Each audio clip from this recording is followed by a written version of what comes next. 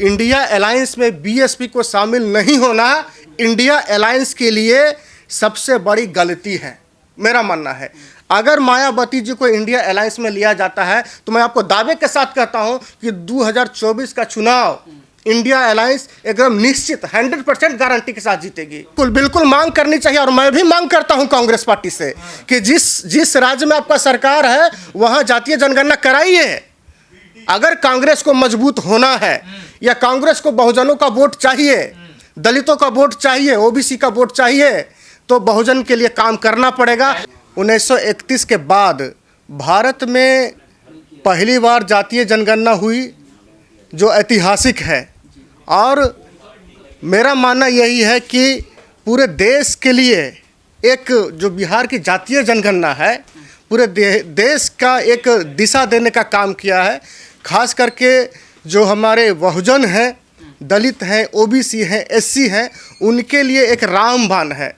मैं बताना चाहता हूं कि बिहार की जो जातीय जनगणना है उसका मांग पूरे देश में उठने लगा है, यहाँ तक कि बीजेपी में भी मांग उठने लगा है कि जातीय जनगणना कराया जाए।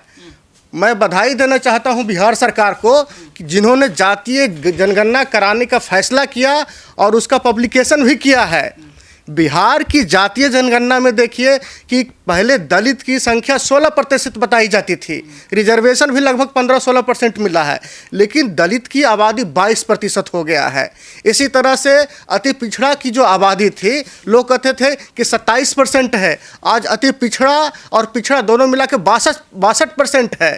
तो कुल मिला के जो जातीय जनगणना आई है उसका राजनीतिक रूप से, सामाजिक रूप से और जो भी योजनाएं चल रही है उस पर काफ़ी असर पड़ने वाला है। और एक बात और बता देता हूं कि जो जातीय जनगणना का विरोध कर रहा है वो इसलिए कर रहा है क्योंकि जो संसाधन है पूरे देश का उसका कब्जा है। एक और मैं आंकड़ा बता रहा हूं। कौन विरोध कर रहा है? वैसे वही जैसे बीजेपी के लोग विरोध कर रहे हैं, आरएसएस के लोग बिल्कुल बीजेपी विरोध कर रहा है इसका जातीय नहीं। देखिए कल ही आपको जेपी नड्डा जी ने और जेपी नड्डा जी के टीम बीजेपी का वहाँ गए थे, देखिए कार्यक्रम में उन्होंने पूरा बिरजोर तरीके से इसका विरोध किया है। उन्होंने कहा है कि जातीय जनगणना फर्जी है, क्योंकि उन्हें पता है कि ये जातीय जनगणना पब्लिकेशन होने से जो बहुजन का अधिकार है जो नहीं मिला था अभी तक वो मिलने वाला है। वो उनका सवाल उठाना जायज है, लेकिन बिहार में तो समर्थन क्या आना देखिए पार्टी ने बिल्कुल थी। लेकिन मैं ये भी कहना चाहता हूँ कि जो जातीय जनगणना हुई है विरोध इन्होंने किया है, ये नहीं चाहते थे कि जातीय जनगणना का पब्लिकेशन हो, जातीय जनगणना जारी हो, क्योंकि अगर जारी हो गया है, इन सरकार में थे तो आप उसका विरोध क्यों कर रहे हैं भैया? विरोध तो नहीं करना चाहिए था। हर एक फोरम पर वो विरोध कर रहे हैं। इसका मतलब यही है कि ये जातीय जनगणना से ये स्टेटस पता चलता है कि किस जाति को कितना अधिकार मिला है। और ये एक राजनीतिक पहलू भी है, मैं जानता हूँ, लेकिन इतना तो सच है कि जो बहुजनों का अधिकार जो नहीं मिला था इस जातीय जनगणना पे लोगों को मिलेगा। मैंने मांग किया है कि 15% आरक्षण है बिहार में है जो कि शेड्यूल कास्ट का, और 1% आरक्षण है शेड्यूल ट्राइब का, अब 22% कीजिए दोनों मिला के। हमने मांग किया है। तो क्या हो पाएगा लगता है आपको? एकदम बिल्कुल होगा। मैं आपको दावे के साथ कहता हूं कि बहुजन जाग चुका है, हम लोग जागृत हो चुके हैं, और जिस तरह से जातीय जनगणना का पब्लिकेशन हुआ है हम लोगों ने मांग भी करना शुरू किया है और देना पड़ेगा। अगर बहुजनों का अधिकार नहीं मिलेगा तो हम लोग इतना पावर तो रखते हैं ना कि किसी को भी सत्ता से बाहर कर सकते हैं। कांग्रेस कह रही है कि हमें 2024 में वोट दो, हमारी सरकार बनाओ, हम जातीय जनगणना कराएंगे। डील कर रही है कांग्रेस। देखिए मैं यहाँ कांग्रेस भाजपा के बात मैं नहीं करूँगा, लेकिन इतना जरूर कहूँगा कि जो पूरे देश में जातीय जनगणना कराएगा, जातीय जनगणना के पक्ष में बोलेगा और जातीय जनगणना का पब्लिकेशन करेगा और जातीय जनगणना जब हो जाए उस पर अमल करेगा, काम करेगा, उसी का सरकार बनेगा। तो कौन करेगा इस काम को, क्या लग रहा है आपको? जो लोग करे। देखिए बहुत सारे राज्य जैसे छत्तीसगढ़ ने, झारखंड ने बोला कि मैं जातीय जनगणना कराऊंगा, तो जो जातीय जनगणना कराएगा सरकार उसी की बनेगी। क्योंकि आज सच्चाई है, देश में सच्चाई है कि बहुत सारे जातियां जिसको अभी तक लाभ नहीं मिला। चुनाव में इसलिए कह रहे हैं वो वोट मांग रहे हैं, तो एक जुमला भी तो हो सकता है। नहीं, आपका तो लोकसभा चुनाव आने वाला है, लोकसभा चुनाव आने वाला है और जातीय जनगणना बहुत बड़ा मुद्दा होने वाला है पूरे देश में। तो वो तो कह रही है कांग्रेस की पहले हमें वोट दो तब कराएंगे हम, देखिए। मैंने क्या बताया कि जातीय जनगणना पूरे देश में कराना ये तो सेंट्रल सरकार का काम है। अगर वो सरकार में आती है तो निश्चित उनको कराना चाहिए। कांग्रेस पे कैसे विश्वास करोगे? 2011 के आंकड़े कांग्रेस ने पब्लिक में नहीं आए आंकड़े, देखिए कांग्रेस ने छुपा के रखे, तो आप कांग्रेस पर दोबारा कैसे विश्वास कर सकते हो? मैं कांग्रेस पे इसलिए विश्वास कर रहा हूं और बहुजनों को ये करना चाहिए। मुझे जैसा लगता है कि कांग्रेस और बीजेपी में हम लोग कंपेयर करें तो मुझे लगता है कि बीजेपी जो है दलितों के लिए, बहुजनों के लिए कब्र खोद रहा है। ऐसा मैं इसलिए कह रहा हूं कि अभी तक जो भी दलितों को मिला है, चाहे संसाधन में, नौकरियों में आरक्षण हो, पब्लिक सेक्टर में आरक्षण हो या अन्य किसी भी तरह का सुविधा मिला है, वो कांग्रेस ने ही दिया है। तो आरक्षण पूरा हो गया कांग्रेस सरकार में? नहीं नहीं, ऐसा कहाँ कह रहे हैं कि अभी भी तो वही कह रहे हैं ना, देखिए। नहीं दिया है। हम ये नहीं कह रहे हैं कि हमको दोनों में किसको देना चाहिए, लेकिन अगर आप कहिएगा कि दोनों में कौन ठीक है, तो मेरा मानना है कि दलितों को जो भी अधिकार मिला है वो कांग्रेस ने दिया है। बीजेपी ने क्या दिया, कुछ गिना दीजिए। तो कांग्रेस क्यों नहीं ऐलान कर रही? कर्नाटक में उनकी सरकार बनी है, अभी हिमाचल में बनी है, उन दोनों राज्यों में तो करवाए कम से कम ऐलान कि हम करने हैं। बिल्कुल बिल्कुल बिल्कुल मांग करनी चाहिए। और मैं भी मांग करता हूं कांग्रेस पार्टी से कि जिस राज्य में आपका सरकार है वहां जातीय जनगणना कराइए।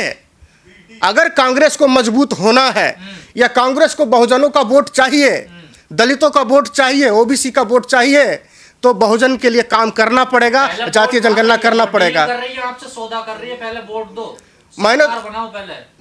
मैंने आपको क्या बताया कि अगर चुना जाए कि दोनों में बेहतर कौन है, तो मुझे लगेगा कि सारे लोगों को, क्योंकि बीजेपी हमारे लिए बेहतर नहीं हो सकता है, क्योंकि आप लोग देख रहे हैं कि हमारा संविधान हो सकता है बीजेपी निजीकरण करके लाखों और करोड़ों नौकरियां दलितों को उन्होंने खा गया है। सारे पीएसयू को निजीकरण कर दिए हैं। कांग्रेस निजीकरण करता था, लेकिन ये जितना तेजी से 10 सालों में किया है, आज देखिए कि नौकरियां कहाँ हैं, दलितों को नौकरी नहीं है। तो मुझे लगता है कि हमें वैसे लोगों को समर्थन करना चाहिए जो जातीय जनगणना के पक्ष में। तो दे रही है ना अपने सरकार में, पिछड़ों को, दलितों को देखिए मंत्री बना रही है। एक बात मैं और कहना चाहता हूं कि 2 तरह का अधिकार होता है। संसद में किसी भी दलित नेता मंत्री का अधिकार है कि वो अपने सवालों को करे, नहीं है। अगर वैसा होता तो बहुत सारे, देखिए कि संविधान जैसे तो कांग्रेस में भी हाल वही है। देखिए दलित नेता तो किसी पार्टी में बोल ही नहीं सकता। देखिए मैं कांग्रेस का बात नहीं कर रहा हूं, क्योंकि अभी जो सत्ता में है मैं उसी के खिलाफ बोल रहा हूं। अभी देखिए, जैसे अभी बता रहे थे कि संविधान के खिलाफ जो प्रधानमंत्री के निजी आर्थिक सलाहकार उन्होंने बोला, कितने बीजेपी के मंत्री उसके खिलाफ बोले? दलित नहीं बोले, क्योंकि उनको अधिकार नहीं है बोलने का। देखिए, मैं इसके बारे में यही कहना चाहता हूं, जो मेरा मानना है कि शुरू से ही दलित सत्ता में नहीं रहे हैं, उनकी सत्ता नहीं रही है, उनकी भागीदारी नहीं रही है। अभी मैं एक डेटा आपको बताना चाहता हूं कि मात्र 10% के लोग, जातीय जनगणना में आया बिहार में, मात्र 10% लोग, जिसको सवर्ण कहते हैं, 78% भूमि पर उनका कब्जा है।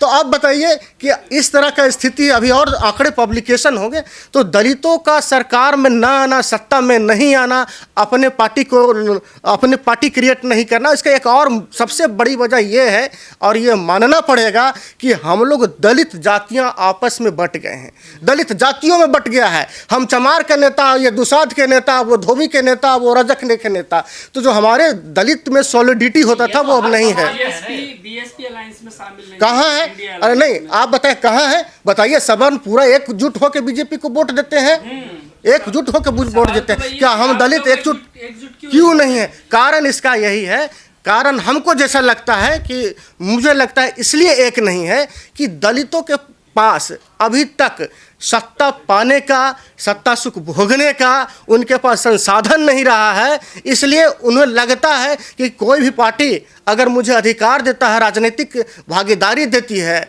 आर्थिक भागीदारी होता है, तो मैं उसके साथ चला जाऊं।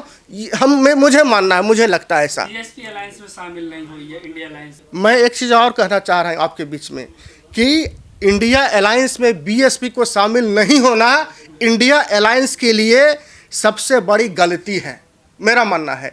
अगर मायावती जी को इंडिया अलायंस में लिया जाता है, तो मैं आपको दावे के साथ कहता हूं कि 2024 का चुनाव इंडिया अलायंस एकदम निश्चित 100% गारंटी के साथ जीतेगी। इसलिए मुझे जो इंडिया अलायंस के जो लीडर हैं, लीडरशिप हैं, उनसे मैं अपील करता हूं। आपको नहीं लगता उनकी बातों से जो इंडिया अलायंस के नेता हैं कि दलितों की उन्हें जरूरत नहीं है, उनका नेतृत्व उनका पसंद नहीं है, वोट दलितों का चाहिए और उनका नेता उनको नहीं चाहिए? नहीं, ये तो खैर एक कॉन्ट्रडिक्शन बात है, क्योंकि इंडिया अलायंस में दलित नेता है, खड़गे जी हमारे बहुत बड़े नेता हैं, लालू यादव हमारे सामाजिक नेता हैं, नीतीश कुमार जी हमारे सामाजिक नेता हैं। तो कांग्रेस, जदयू या आरजेडी और अन्य पार्टियां भी हैं इसमें शामिल, तो हमारे बहुजन का बात तो कर ही रहे हैं इसमें।